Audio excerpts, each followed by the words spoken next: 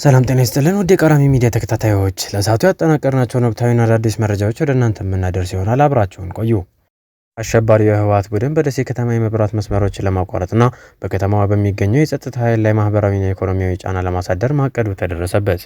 የኢትዮጵያ ፕሬስ ድርጅት እንደዘገበው አሸባሪው የህወሓት ቡድን በደሴ ከተማ የመብራት መስመሮችን ለማቋረጥና በከተማዋ በሚገኘው የጸጥታ ኃይል ላይ ማህበራዊና ኢኮኖሚያዊ ጫና ለማሳደር ማቀዱ እንደተደረሰበት የኢትዮጵያ ፕሬስ ድርጅት ምንጮች አስታውቀዋል።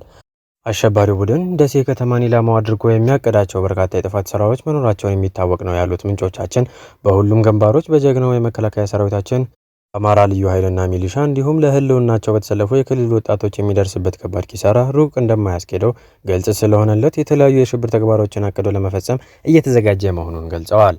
የደሴ ከተማ ላይ ያቀደው ጥፋትም ይህንኑ ሽንፈቱን በጥፋት ስራ ለመሸፈን ማቀዱን ያሳያል ያሉት ምንጮቻችን ህብረተሰቡም የዚህን ሽብር ቡድን እኩይ ዓላማና እቅድ በመረዳት ሀገርን ለመበታተን አቅዶ የተነሳውን የጥፋት ኃይል ሴራ ማክሸፍ ይገባዋል ተብሏል። የሽንፈት ገፈትን እየቀመሰ የሚገኘው የሽብርተኛው ቡድን በደሴ ብዙ ሰራዊት ሊኖር ይችላል በሚል በተጨማሪም ፋኖ የከተማው የውጊያ ስልት ለማካሄድ ሊዘጋጅ ይችላል የሚል ግምትን በማሳደር ሰርጎ ገቦችን በመጠቀም በከተማዋ የመብራት መስመሮችን ለማቋረጥና በደሴ የሚገኘውን የጸጥታ ኃይል ላይ ማህበራዊና ኢኮኖሚያዊ ጫና ለማሳደር ማቀዱን የሚያሳዩ መረጃዎች እንደወጡ ምንጮቻችን አረጋግጠዋል። በከተማዋ የሚገኘው የመከላከያ ሰራዊትም ሆነ የክልሉ ልዩ ኃይልና ሚሊሻ ከመረጃ እንዲርቅ ማድረግንም በእቅዱ ይዟል ያሉት ምንጮቻችን ሐሰተኛ መረጃዎችንና ምስሎችን በስፋት በማሰራጨትም የሰራዊቱንና አጠቃላይ የጸጥታ ኃይሉን ሞራል ለማዳከም ያስችሉኛል በሚል የያዛቸው እቅዶች መኖራቸው ተደርሶበታል ብለዋል። ይህ የጥፋት ቡድን ሀገርን ማሸበር ዋና ዓላማ መሆኑን የሚያሳይ ነው ሲሉም አክለዋል።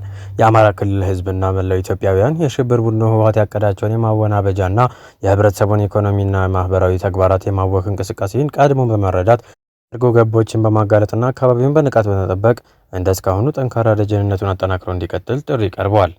በሌላ ዜናም የተባበሩት መንግስታት ድርጅት በሰሜን ኢትዮጵያ እየተካሄደ ያለው ጦርነት እንዲቆም ዳግም ጠየቀ። ከተባበሩት መንግስታት ድርጅት በተጨማሪ ምዕራባውያን ሀገራትና የረድኤት ድርጅቶች ከዚህ ቀደም በተደጋጋሚ ጦርነቱ በውይይት እንዲፈታና የሰብአዊ እርዳታ እንዲደርስ ሲወተውቱ ቆይተዋል። በትግራይ፣ አማራና አፋር ተጨማሪ ጉዳቶችና በሲቪሎች ላይ የሚደርሰውን ስቃይ ለማስቀረት የግጭቱ ተሳታፊ አካላት ከግጭት እንዲቆጠቡ ጥሪያችንን ደግመን እናሰማለን ብለዋል የተባበሩት መንግስታት ድርጅት ምክትል ቃል አቀባይ ፋርሃን ሀቅ። በግጭቱ ተሳታፊ የሆኑ ሁሉም አካላት ዓለም አቀፍ የሰብአዊ እርዳታ ህጎችን ማክበር አለባቸው፣ ንጹሐን ዜጎችንና መሰረተ ልማቶችን መጠበቅ አለባቸው ብለዋል። የተባበሩት መንግስታት ድርጅት ቃል አቀባይ ይህን ያሉት በሰሜን የሀገሪቱ ክፍል የሚደረገው ጦርነት ተጠናክሮ በቀጠለበትና የፌዴራሉ ኃይል በትግራይ መዲና መቀለ በተደጋጋሚ አየር ድብደባ እያደረገ ባለበት ወቅት ነው። ምክትል ቃል አቀባዩ ጦርነቱ በትግራይ ክልል ተጀምሮ ወደ አፋርና አማራ ክልሎች ከተስፋፋ በኋላ በአፋርና አማራ ክልሎች የሰብአዊ እርዳታ የሚሹ ሰዎች ቁጥር እየጨመረ ነው ብለዋል። የፌዴራሉ መንግስት ተቆጣጥሮት ከነበረው ትግራይ ክልል የተናጠል ተኩስ አቁም አውጆ ትግራይ አካባቢዎች መውጣቱን ተከትሎ አማጽያኑ በመልሶ ማጥቃት በርካታ የትግራይ ስፍራዎችን ከመቆጣጠር አልፈው በጎረቤት ክልሎች ላይ ወረራ መፈጸማቸው ይታወሳል። በዚህም የትግራይ ኃይሎች የሰሜንና ደቡብ ወሎ አካባቢዎች ይዘው ይገኛሉ። የትግራይ ኃይሎች እየመሩ ካሉት መካከል አንዱ የሆኑት ጀነራል ጻድቃን ገብረትንሳይ በአፋር እና አማራ ክልሎች ጥቃት የከፈቱት በፌዴራሉ መንግስት ላይ ጫና ለማሳደር መሆኑን ለቢቢሲ ተናግረው ነበር። ጀነራል ጻድቃን ከጦር ኦፕሬሽኖቻቸው ዓላማዎች አንዱ የፌዴራል መንግስት የትግራይ ኃይሎች የተኩስ አቁም ለማድረግ ያስቀመጡትን ቅድመ ሁኔታዎች ተቀብለው ወደ ፖለቲካዊ ውይይት እንዲመጣ ለማስገደድ መሆኑን ከቢቢሲ ኒውስ አወር ጋር በነበራቸው ቆይታ ወቅት ነበር የተናገሩት። የአማጽያኑን ጥቃት ተከትሎ ከሰሜንና ደቡብ ወሎ እንዲሁም ዋግ ኽምራ እንዲሁም ከአፋር አካባቢዎች በርካቶች ተፈናቅለዋል። የተባበሩት መንግስታት ከአማራና አፋር ክልል አካባቢዎች የተፈናቀሉ ወደ 1.7 ሚሊዮን ህዝብ የሰብአዊ እርዳታ ያስፈልጋቸዋል ብሎ ነበር። የተባበሩት መንግስታት ድርጅት ምክትል ቃል አቀባይ ፋርሃን ሀቅ ትናንት ጋዜጠኞች በሰጡት መግለጫ ላይ የግጭቱን መስፋፋት ተከትሎ በአማራና አፋር ክልሎች የሰብአዊ እርዳታ ፈላጊ ሰዎች ቁጥር እየጨመረ መሆኑን አስታውቀዋል። ወደ ቀጣዩ መረጃ ስንሸጋገር ግዙፉ የማህበራዊ ሚዲያ መድረክ ፌስቡክ የኦሮሞ ነጻነት ጦርን ለምን አገደ?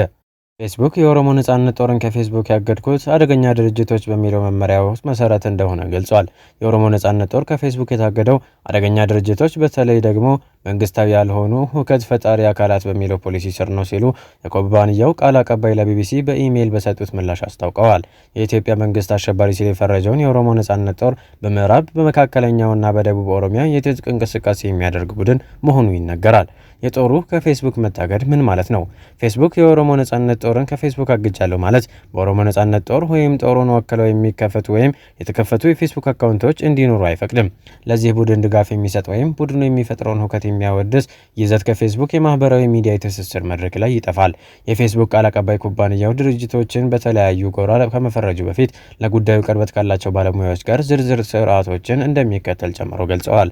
ቢቢሲ የፌስቡክ ውሳኔ ተከትሎ የኦሮሞ ነጻነት ጦር ቃል አቀባዩን አስተያየት ጠይቆ በተሰጠው ምላሽ በፌስቡክ በቡድኑ ላይ የወሰደውን እርምጃ እንደሚያውቅ ገልጾ ይህም ውሳኔ በተለያዩ ቡድኖች የኦሮሞ ሕዝብንና ሌሎችን የጨቆኑ ቡድኖችን ድምፅ ለማፈን በተካሄደ የፕሮፓጋንዳ ዘመቻ ተጽዕኖ ነው ብሏል።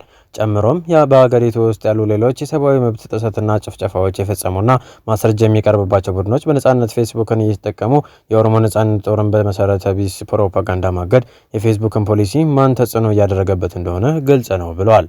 ሌሎች ቡድኖችና ድርጅቶችን በተመለከተ በኢትዮጵያ ውስጥ ከፌስቡክ መመሪያ በተቃራኒ የተለያዩ መልእክቶችን የሚያስተላልፉ ሌሎች በርካታ ቡድኖችና ግለሰቦች መንግስታዊ ባልሆኑ ሁከት ፈጣሪ አካላት ወይም በሌሎች ዘርፎች ውስጥ ተካተው እገዳ እንደተጣለባቸው የፌስቡክ ቃል አቀባይ ለቢቢሲ ገልጸዋል። ጨምረውም በዓለም ላይ ካለው ፖለቲካዊ ጥቃት፣ የተደራጀ የጥላቻ እንቅስቃሴና የወንጀል ድርጊቶች አንጻር የፌስቡክ በተለያዩ ዘርፎች ውስጥ ያካተታቸው የጥሰቶቹ ፈጻሚዎች ዝርዝር የተሟላ እንዳልሆነ አመልክቷል። ቢቢሲ በአሁኑ ወቅት በፌስቡክ ምርመራ እየተደረገባቸው ያሉ የኢትዮጵያ ቡድኖች ወይም ተቋማት ይኖሩ እንደሁ ላቀረበላቸው ጥያቄ የማህበራዊ ትስስር መድረኩ በዚህ ዙሪያ አስተያየት ከመስጠት ተቆጥቧል። አደገኛ ድርጅቶችና ግለሰቦች ፖሊሲ የፌስቡክ አደገኛ ድርጅቶችና ግለሰቦች ፖሊሲ አሸባሪ ድርጅቶችን፣ የጥላቻ ቡድኖችና የወንጀል ድርጅቶችን ጨምሮ የተለያዩ አካላትን የሚመለከት ፖሊሲ ነው። መንግስታዊ ያልሆኑ ሁከት ፈጣሪ አካላት ቫዮለንት ነን ስቴት አክተርስ የሚለው የፌስቡክ ፖሊሲ ፌስቡክ አደገኛ ድርጅቶችና ግለሰቦች ፖሊሲ ስር ይገኛል። በፌስቡክ አተረጓጓም መንግስታዊ ያልሆኑ ሁከት ፈጣሪ አካላት በአጠቃላይ ንጹሐንን ኢላማ የማያደርጉ ነገር ግን በመንግስትና በጦር ሰራዊት ላይ ሁከት የሚፈጥሩ ናቸው። ግዙፉ ማህበራዊ ሚዲያ አንድ ቡድን መንግስታዊ ያልሆነ ሁከት ፈጣሪ አካል ተብሎ ሲፈረጅ የቡድኑ ውክልና ወይም አካውንትና ለቡድኑ ድጋፎችን የሚገልጹ ይዘቶችን እንዲሁም ታዋቂ አባላቶቹን ከፌስቡክ አጠፋለሁ ብሏል። እንዲሁም የእነዚህም ቡድን የኃይል ድርጊት ሁከት የሚያወድስ ይዘት ይጠፋል ይላል። አሸባሪ ድርጅቶች ፌስቡክ እንደ አልቃይዳና አይኤስአይኤስ ያሉ ድርጅቶችን አሸባሪ ሲል ይፈርጃል። አሸባሪ ድርጅቶች መንግስታዊ ያልሆኑ ሁከት ፈጣሪ አካላት በምን ይለያሉ ለሚለው ጥያቄ ፌስቡክ የሚከተለውን ማብራሪያ ለቢቢሲ ሰጥቷል። አሸባሪ ድርጅቶች በንጹሃን ላይ አቅደው የኃይል ድርጊት ይፈጽማሉ ወይም እንዲፈጸም ጥሪ ያቀርባሉ። መንግስታዊ ያልሆኑ ሁከት ፈጣሪ አካላት ደግሞ በአጠቃላይ ንጹሃንን ኢላማ የማያደርጉ በመንግስትና በጦር ሰራዊት ላይ ሁከት የሚፈጥሩ ናቸው። ፌስቡክ አሸባሪ ሲል የፈረጀው ድርጅት ሆነ መንግስታዊ ያልሆነ ሁከት ፈጣሪ አካል የሚላቸው ቡድኖች በማህበራዊ ገጹ ላይ እንዲኖሩ አይፈቅድም። ቡድኖቹ ይታገዳሉ። ለቡድኖቹ ድጋፍ መግለጽም ወይም የሚፈጽሙትን የኃይል ድርጊት ማወደስ አይቻልም። ማወደስ፣ ድጋፍ መግለጽና መወከል በፌስቡክ ኮሚኒቲ ስታንዳርድ መሰረት መንግስታዊ ያልሆኑ ሁከት ፈጣሪ አካላትን ወይም ተግባርን የሚያወድሱ ድጋፍ የሚሰጡና የሚወክሉ ይዘቶች ይጠፋሉ ይላል። ማወደስ ስለ ኦሮሞ ነጻነት ጦር በአዎንታዊ ሁኔታ ማውራት ወይም ቡድኑ የሚወስደውን እርምጃ እንደ ስኬት መዘከር ፌስቡክ አይፈቅድም። መወከል የኦሮሞ ነጻነት ጦርን የሚወክል ወይም እወክላለሁ ተብሎ የተከፈተን ገጽ ፕሮፋይል፣ ኩነት፣ ኢቨንት ወይም ቡድን ይጠፋል። ለምሳሌ የኦሮሞ ነጻነት ጦር አውራ አባል ነኝ የሚል ይዘት ይጠፋል። ድጋፍ ለኦሮሞ ነጻነት ግንባር የገንዘብ ወይም የቁስ ድጋፍ ለማሰባሰብ ወይም ድጋፍ ለማድረግ እንዲሁም ለጦሩ ምልመላ ለማከናወን የሚለጠፉ ይዘቶች ይጠፋሉ። ለምሳሌ ለኦሮሞ ነጻነት ጦር መዋጮ ያድርጉ የሚል ይዘት ይጠፋል። የኦሮሞ ነጻነት ጦር አርማና መሪ ቢቢሲ ያገኘው ሰነድ ፌስቡክ የኦሮሞ ነጻነት ጦር ከኦሮሞ ነጻነት ግንባር ተገንጥሎ የወጣ የጦር ክንፍ ነው ይላል። በዚህም የቡድኑን አርማ ፌስቡክ ለይቷል። ከኦሮሞ ነጻነት ጦር በተጨማሪ ወራነ ቢሊሱማ ኦሮሞ በሚል የሚታወቀውን ቡድን በመምራት ከሚታወቁ መሪዎች መካከል ዋነኛው ድሪባ ኩምሳ ወይም ጃል መሮ ነው ይላል ፌስቡክ። በመጨረሻም ፕሬዚዳንት ባይደን ቻይና ታይዋን ላይ ጥቃት ብትሰነዝር አሜሪካ ታይዋንን ትከላከላለች አሉ። ይህ የባይደን ንግግር አሜሪካ በውጭ ጉዳይ ፖሊሲዋ ለውጥ ማሳየቷን ያመለከተ ነው ተብሏል። ከባይደን ንግግር በኋላ ግን የዋይት ሀውስ ቃል አቀባይ የባይደን ንግግር ታይዋንን በተመለከተ የአሜሪካ መንግስት የፖሊሲ ለውጥ ማድረጉን አያሳይም ብለዋል። አሜሪካ ታይዋን ራሷን እንድትከላከል እንድትረዳ የሚያስገድድ ህግ አላት። ይህ ህግ ግን ሆነ ተብሎ ግልጽ እንዳይሆን ተደርጓል። ከባይደን ንግግር በኋላ የዋይት ሀውስ ቃል አቀባይ የባይደን ንግግር ምንም የተለወጠ የአሜሪካ የውጭ ጉዳይ ፖሊሲ ስለመኖሩ አያመለክትም ሲሉ ለጋዜጠኞች ተናግረዋል። የታይዋን ፕሬዝዳንት ጽህፈት ቤት በጉዳዩ ላይ ፈጥኖ አስተያየት ከመስጠት ተቆጥቧል። ታይዋን ራሷን ለመከላከል ቆራጥነት ታሳያለች ሲሉ የፕሬዝዳንቱ ቃል አቀባይ ፋቪየር ቼንግ ተናግረዋል። ቻይና እስካሁን የባይደን ንግግርን ተከትሎ በጉዳዩ ላይ ያለችው ነገር ባይኖርም ሐሙስ ዕለት በተባበሩት መንግስታት ድርጅት የቻይና አምባሳደር የሆኑት ዛንግ ጁን አሜሪካ በታይዋን ጉዳይ አደገኛ አቅጣጫን መርጣለች ሲሉ የባይደን አስተዳደር ተችተዋል። ባለፉት ሳምንታት ቤጂንግ ተዋጊ አውሮፕላኖቿን በታይዋን የአየር ክልል ላይ ማብረሯን ተከትሎ በሁለቱ ሀገራት መካከል ያለው ውጥረት ነግሶ ቆይቷል። የቻይናና ታይዋን ግንኙነት ለምን የሻከረ ሆነ? ቻይናና ታይዋን የተለያዩት እንደ አውሮፓውያን አቆጣጠር 1940ዎቹ በነበረው የእርስ በርስ ጦርነት ወቅት ነው። ከዚያ በኋላ ታይዋን ራሷን እንደ ነጻ ሉዓላዊት ሀገር ትመለከታለች። ቻይና ግን እንደ አንድ ተገንጥላ እንደወጣች ግዛቷ ትቆጥራታለች። ታይዋን የምትተዳደረው እንዴት ነው? ታይዋን የምትመራበት የራሷ የሆነ ህገ መንግስት አላት።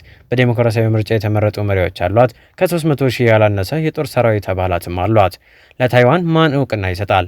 ታይዋንን እንደ ሀገር እውቅና የሚሰጡት ጥቂት ሀገራት ከመሆናቸውን በተጨማሪ በተጽዕኖ ፈጣሪነታቸው እዚህ ግባ የማይባሉ ሀገራት ናቸው። ለታይዋን እውቅና ከሚሰጡ ሀገራት መካከል ጓቲማላ፣ ሆንዱራስ፣ ኢስቲዋኒና ኒካራጓ ናቸው። ለታይዋን ጠንካራ አጋርነቷን የምታሳየው አሜሪካን ብትሆን ከታይዋን ጋር ዲፕሎማሲያዊ ግንኙነት የላትም። የጦር መሳሪያዎችም ግን ለታይዋን ትሸጣለች። አሜሪካ ለታይዋን የጦር መሳሪያ የምትሸጠው ታይዋን ራሷን እንድትከላከል የመርዳት ኃላፊነት ስላለብኝ ነው ትላለች። ውድ የቃራሚ ሚዲያ ተከታታዮች ለሰዓቱ ያጠናቀርናቸው መረጃዎች እንዳዳመጣችኋቸው ነበሩ። በሌላ የዜና ስብስብ እስከምንገናኝ መልካም ቆይታ